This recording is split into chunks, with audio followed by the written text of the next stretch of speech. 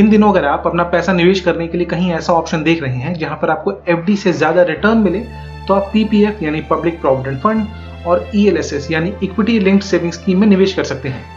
इस स्कीम की सबसे अच्छी बात यह है कि इनमें निवेश करने पर आपको इनकम टैक्स में छूट का लाभ तो मिलता ही है, रिटर्न भी अच्छा मिलता है। तो सबसे पहले बात करते हैं पीपीएफ की। तो पीपीएफ एक सरकारी स्कीम है, यानी इस स्कीम को सरकार चलाती है। इस सरकार की चलाई जाने वाली सेविंग स्कीम है जिसमें मैच्योरिटी की मियाद 15 साल की होती है, यानी ट्रिपल ई की कैटेगरी में आने वाली इस स्कीम में 15 साल का लॉक इन होता है। लेकिन 15 साल बाद आप 5-5 साल के लिए इसे बढ़ा सकते हैं। इस स्कीम को बैंक या पोस्ट ऑफिस कहीं भी खोला जा सकता है। इसके अलावा इसे किसी भी बैंक या किसी भी पोस्ट ऑफिस में ट्रांसफर भी किया जा सकता है। पीपीएफ खाता खोलने के लिए सिर्फ 100 रुपए की जरूरत होती है, लेकिन फिर बाद में हर साल 500 रुपए एक बार में जमा करना जरूरी होता है और एक साल में आप पीपीएफ खाते में 1.5 लाख रुपए से ज्यादा जमा नहीं कर सकते। पीपीएफ पर अभी ब्याज दर 7.1% है, जिसकी सरकार हर 3 महीने में समीक्षा करती है, यानी हर 3 महीने में इसकी दर कम या ज्यादा हो सकती है। इसे 15 साल से पहले बंद नहीं किया जा सकता, लेकिन 3 साल बाद इस अकाउंट के बदले लोन लिया जा सकता है और अगर कोई चाहे तो इस अकाउंट से 7वें साल से नियम के तहत पैसे निकाल सकता है। अब पीपीएफ के बाद बात करते हैं ईएलएसएस की। देश में 42 म्यूचुअल फंड कंपनियां ये टैक्स सेविंग स्कीम चलाती हैं। हर कंपनी के पास इनकम टैक्स बचाने के लिए ईएलएसएस है।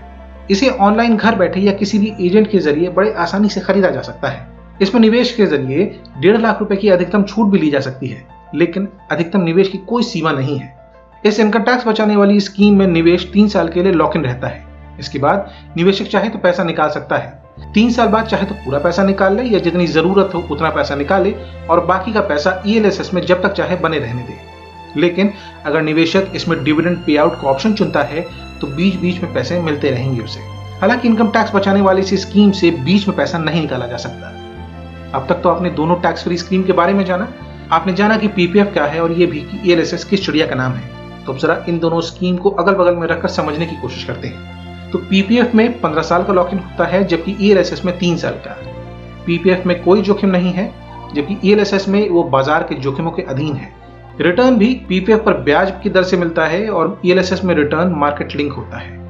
अगर कितने रिटर्न की बात की जाए तो पीपीएफ पर जो ब्याज दर है वो 7.1% है, वहीं ईएलएसएस में औसतन 12% का रिटर्न माना जाता है। अगर एक साल में अधिकतम निवेश की बात की जाए तो पीपीएफ में आप 1.5 लाख रुपए से ज्यादा निवेश नहीं कर सकते, जबकि ईएलएसएस में निवेश की कोई सीमा नहीं फिक्स की गई है।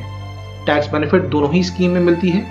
टैक्स बेनिफिट की सीमा भी दोनों ही स्कीम में एक जैसी है। 1.5 लाख रुपए आप ईटीसी के अंदर बचा सकते हैं। और अगर पैसे निकालने पर टैक्स की बात की जाए तो पीपीएफ पर कोई टैक्स नहीं लगता, लेकिन ईएलएसएस में 10% का लॉन्ग टर्म कैपिटल गेन लगता है। अब बात कौन सी स्कीम किसके लिए है, तो अगर आप इक्विटी मार्केट में थोड़ा जोखिम उठाने की क्षमता रखते हैं तो आप ईएलएसएस में निवेश कर सकते हैं। वहीं अगर आप जोखिम लेने की स्थिति में नहीं हैं तो पीपीएफ आपके लिए सबसे अच्छा रहेगा।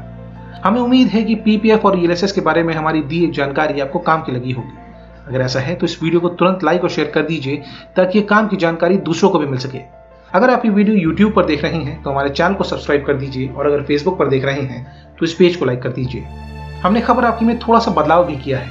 अब हर सोमवार शाम 6:30 बजे टैक्स पर आपको वीडियो मिला करेगा। उसी तरह बुधवार को पर्सनल फाइनेंस पर, शुक्रवार को टेक्नोलॉजी और मोबाइल पर और रविवार को हमेशा की तरह खास वीडियो मिला करेगा।